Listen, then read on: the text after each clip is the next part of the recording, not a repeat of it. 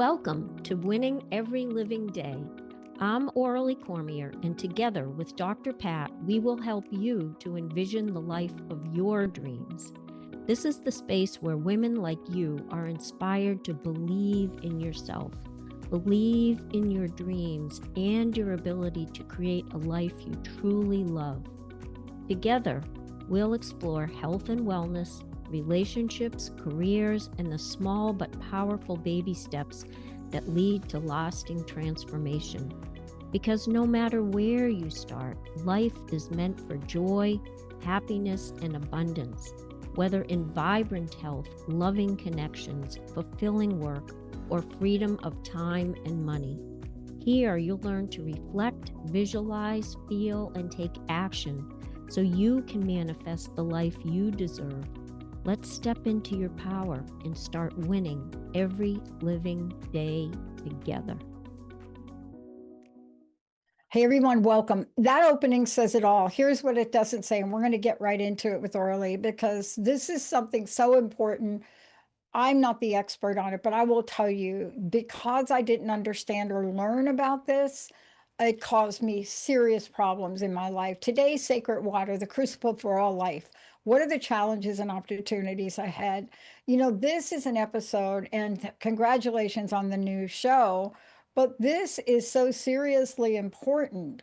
What is it that we need to know about this? Because I don't have enough time to tell you, but I know that not knowing about drinkable water or potable water or what the water was coming in from, I'm not going to mention the state I was living in, all sorts of problems. I couldn't even tell you some of the things that were showing up in that. But let's get back to you. What do we need to know? But even more importantly, how does it help us, especially as women, understand the importance? Because we're just not drinking. Right. Yeah. You know what? You were the one that inspired me to think more about this topic. I had some experiences, myself. And, I started out, I grew up in a very rural town on Cape Cod. So I was surrounded by the ocean waters. I could wake up in the morning, go to the ocean in the east and see the sunrise on the ocean. And then in the evening, go 3 miles west and see the sunset on the bay. So, there was an amazing ecosystem all around me between the trees and the flowers and the ocean and the whales and the dolphins and the seals and the piping plover and the bluefish my grandfather would catch that we would eat for dinner, or the lobsters that we had on every Friday night. It was just part of life. And then, I had my daughter, and after she graduated high school, I'll share this story with you because it really highlights how important our water system is. She took 2 gap years, and the second year she went to the big island of Hawaii, and she was in a amazing place in Pahoa, which is the southeastern part, not far from where the volcanoes are. And she she and her friends decided to go swimming in the warm ponds one day. And then a couple days later, she called me and she says, "Oh, Mom, I don't feel good. I feel really sick." And I said, "Well, I think you need to go to the doctor." And she's like, "No, I don't feel like going to the doctor." I said, "Well, I think you really should go to the doctor." So in fact, she did go to the doctor, wound up being admitted to the hospital in Hilo, and where they took great care of her. But she was on 3 different IV antibiotics for a week, and then Yeah. went back to where she was. And, she wasn't off those antibiotics long when she wound up in the emergency room, and they put her on the same antibiotics, but in pill form this time, and sent her back to the farm. And then she wound up in the hospital again. And I will never forget it because I had just come back from Hilo visiting my daughter, and I hadn't been in the house 5 minutes when this really considerate doctor called me and said, "Your daughter is going to be fine, but I want you to know I'm going to take her to surgery tonight." And I'm like, thank God he told me the first words out of his mouth were, "Your daughter is going to be fine," because those are the first words you remember. And so anything he said after that, I was calm about. But he did say that he was going to have to, she had a what looked like a necrotic, infected lymph node in her clavicle, up by her clavicle.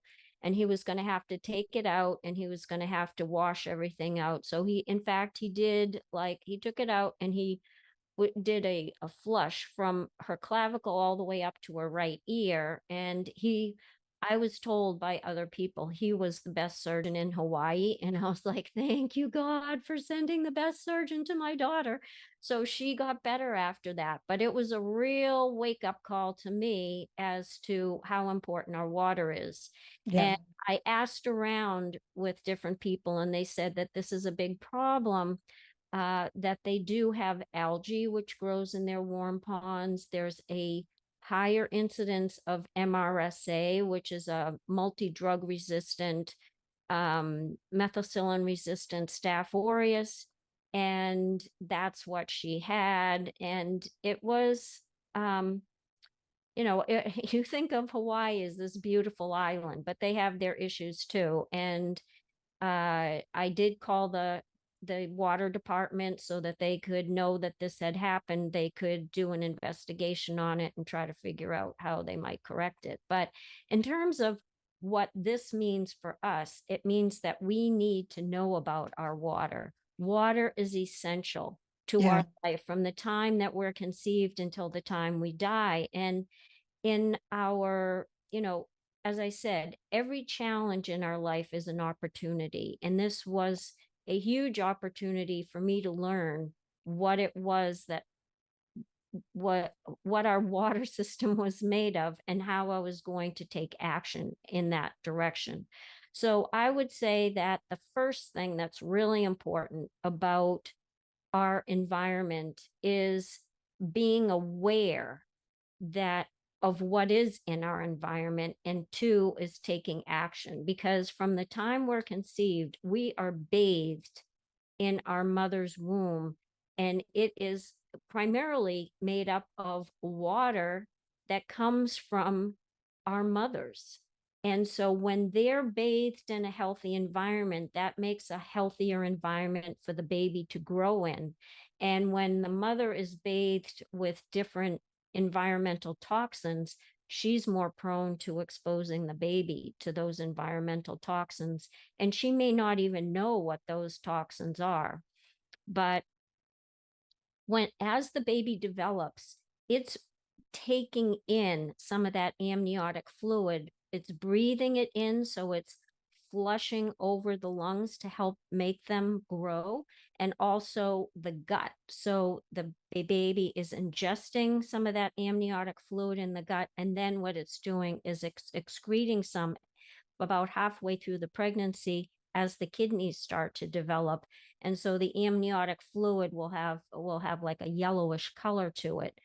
But this is true with all of life. Not only we humans are dependent upon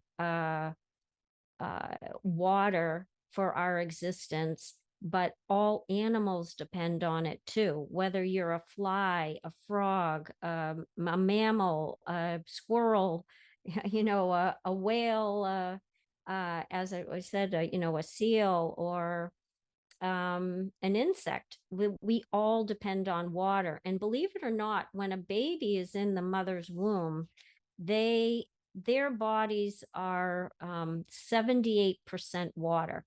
By the time they're a year old, it's 65% water.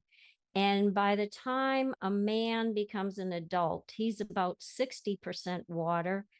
For women, we're about 50 to 55% water. So that's a huge amount of water that we all need to carry on and survive, because it's a balance of the right amount of water in our bodies.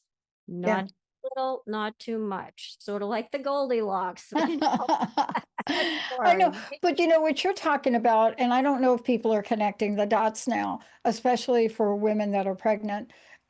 It's what you put in your body is what stays in your body. Yep. And, you know, I'm not a medical professional, so I don't understand how things get passed through.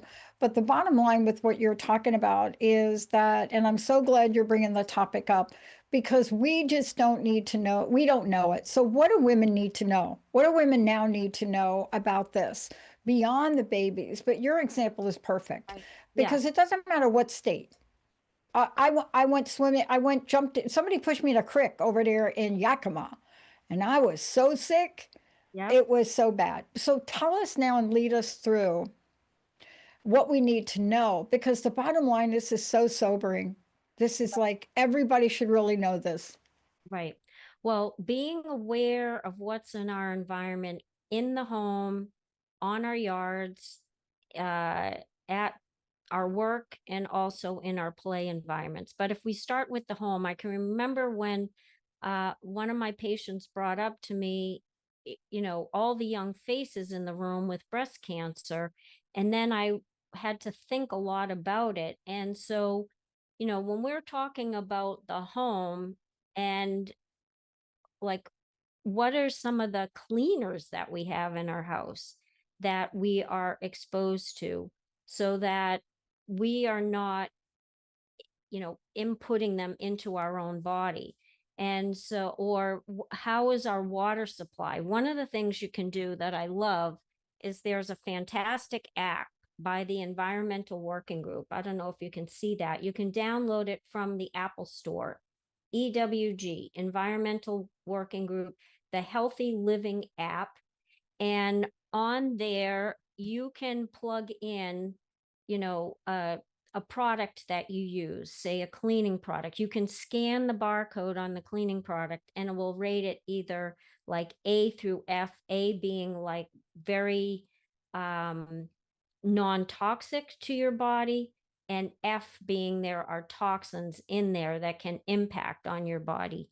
The other thing that you can do is, if you go to the website, go to ewg.org, they do have a fantastic link there. Once you get on the website, you plug in your zip code and it will tell you what's in your water. Like, I know from my town, I get a list of all the chemicals in my water and what their rates are, what level they're at, and whether they're above or below standard in terms of impact on your body. And luckily, I live in a town where none of them are above legal limit. But, a couple of years ago, you lived in Flint, Michigan, you know that their lead levels were so high, they had to stop drinking the water. And the only way they could have water was getting bottled water delivered to their home until they could upgrade the pipe system that was coming to their homes, because that's where it was coming from. So that is one thing you can do, is use the EWG website to plug in your zip code and it will tell you what's in your Yeah. water. Yeah. The Can we other make one comment, please, that this is the problem that I ran into in New Jersey helping somebody? Somebody said to me, I don't have to worry about that. I have a well. Okay, no. Yeah. No. Yeah. Well, see Just that, a quick comment on that comment. right. Yeah. Because the other thing to think about is that, yes, if you are in a home or an office that has public water supply, those are the most highly regulated water supplies that we have.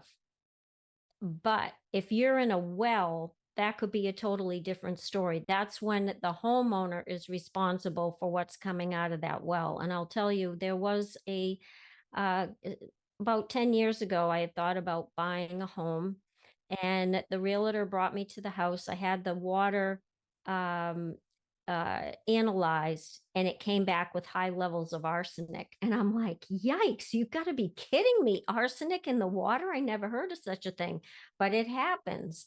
And you don't want to be drinking arsenic, in your water, because I've taken care of patients with leukemia that were exposed to arsenic. And it's heartbreaking to have to endure that type of treatment and worry about whether you're going to survive or not. So, if you're in a public water system, yeah, go to EWG. If you're on a private well, just make sure you get your water analyzed each year to make sure that it's safe. Yeah.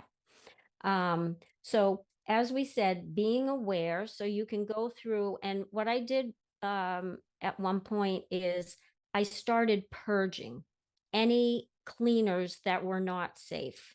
And the easy way I did this is I just decided I'm only going to have 5: dish detergent, laundry detergent, bleach. I know bleach is neurotoxic, but I was like, well, when I get a stain on my clothes, I need to have something to take the stain out. Soft scrub so I could scrub the tiles in the tub and the sinks, and then Windex to clean the windows. Well, guess what?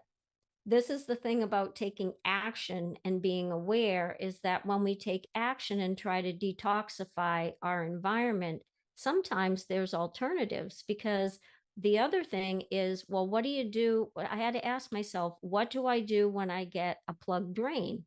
And so I did some investigation. Turns out Martha Stewart had a whole resource on different products you could use to clean your home. And one of them was unclogging your drains. So what could replace the Drano that's very not only toxic to the environment, but your pipes after a while, is you can take boiling hot water and dump it over the sink and just see if that helps flush it down. You can then take a half a cup of baking soda with 1 cup of white vinegar. It's going to bubble up.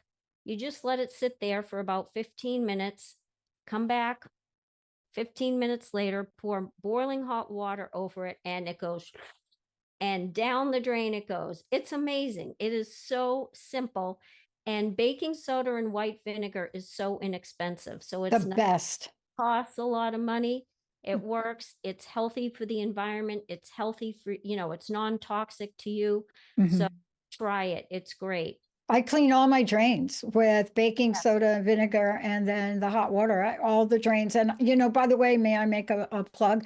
You Sure. can't do them just once. You have to really stay on top of it. Yeah. But yeah, and I love the idea. I was going to mention it myself. Baking soda is great for your sinks in the kitchen, the bathroom, the tiles. White vinegar is great to use to clean your mirrors, your windows. It works like a charm. And a little lemon juice and olive oil is great for furniture polish. That works like a charm too and leaves it nice and shiny. You can use vinegar on your floors, and it's really good, and it's very non-toxic. So try it. You might like it. um, but anyway, getting back to our action steps, the other thing, if you have a garden, like your home environment, the other thing to keep in mind is that oftentimes in our agricultural areas, a lot of pesticides are being sprayed on the crops. And what happens is when it rains, that rain is now bringing those pesticides into the rivers, the streams, which then, come back into the major rivers or the ocean.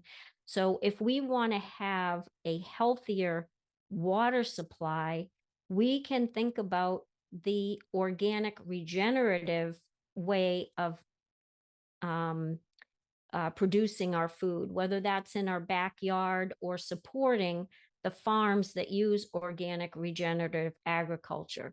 The Rodale Institute has done 40 years of research on this. And when they looked at traditional farming with the pesticides versus regenerative organic, and which doesn't use pesticides, but oftentimes will rotate crops, and they will rotate them with clover and hairy vetch. I never even heard of hairy vetch. I thought it was a funny word. And alfalfa. And what those 3 crops do is they pull the nitrogen from the air and put it down into the soil. So it's a natural way of fertilizing the soil. The soil is more nutrient dense.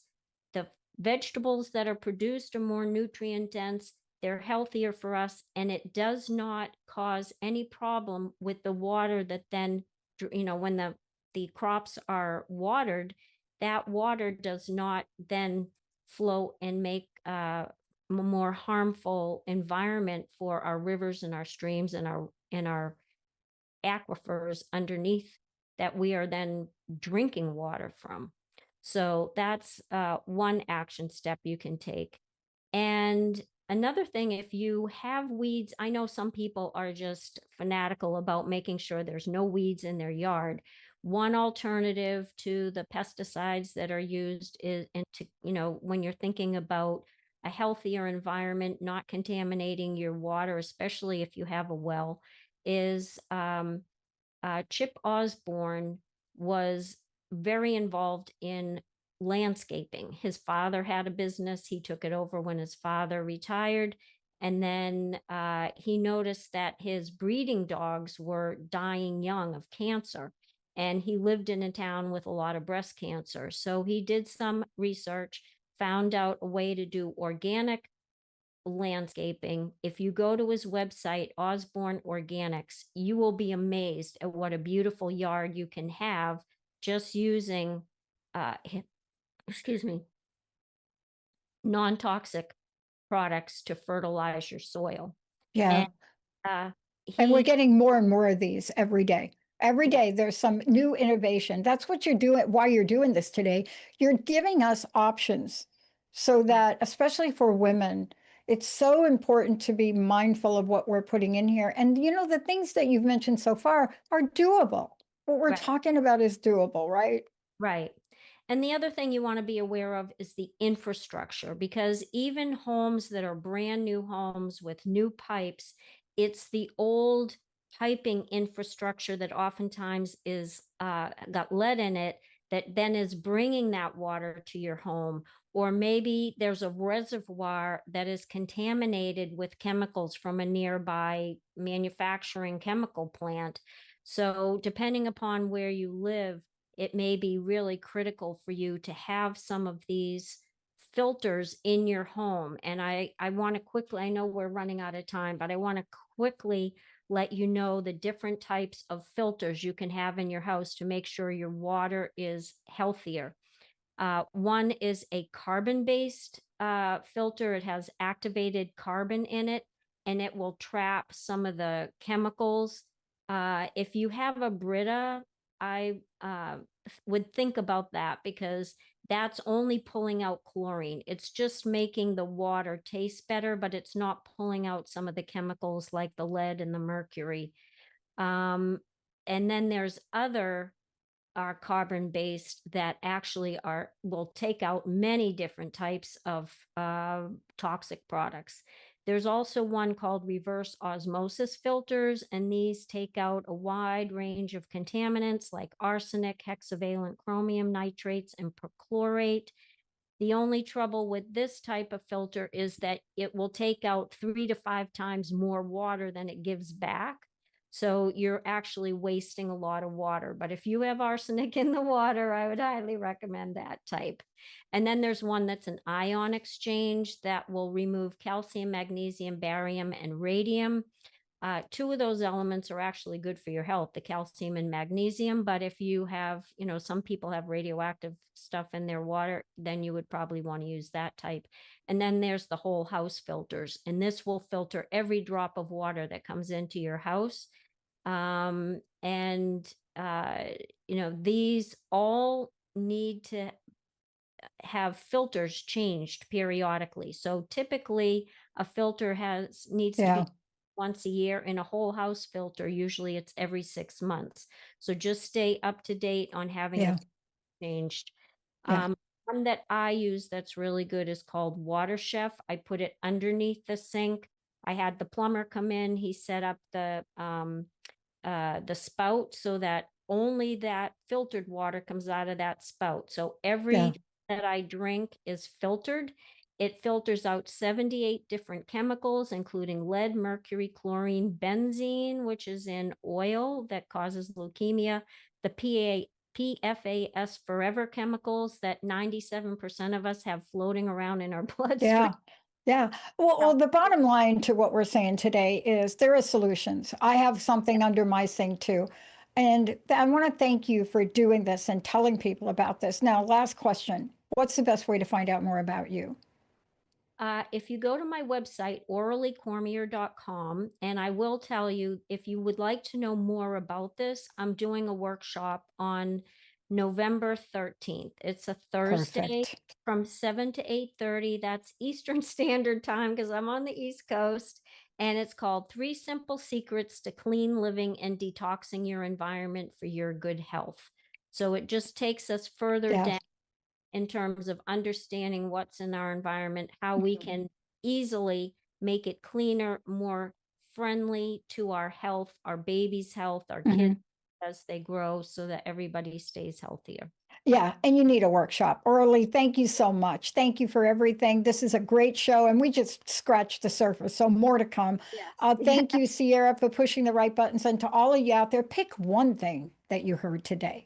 Just pick one thing and try it. We'll see you next time. You've been listening to the Winning Every Living Day with me, Aurelie Cormier, with Dr. Pat. I'm so glad you joined us on this journey of believing in yourself and taking the steps toward a life you truly love. Be sure to tune in every first Tuesday at 11:30 a.m. Pacific Time on Transformation Talk Radio for more inspiration, tools, and strategies to support your health, your relationships, and your dreams. And if you're ready for deeper transformation, sign up for my master classes and workshops by visiting my website, aureliecormier.com. These powerful programs provide the extra support and guidance that can make an enormous impact in helping you achieve the life you've been dreaming of. Until next time, remember, you have what it takes to start winning every living day.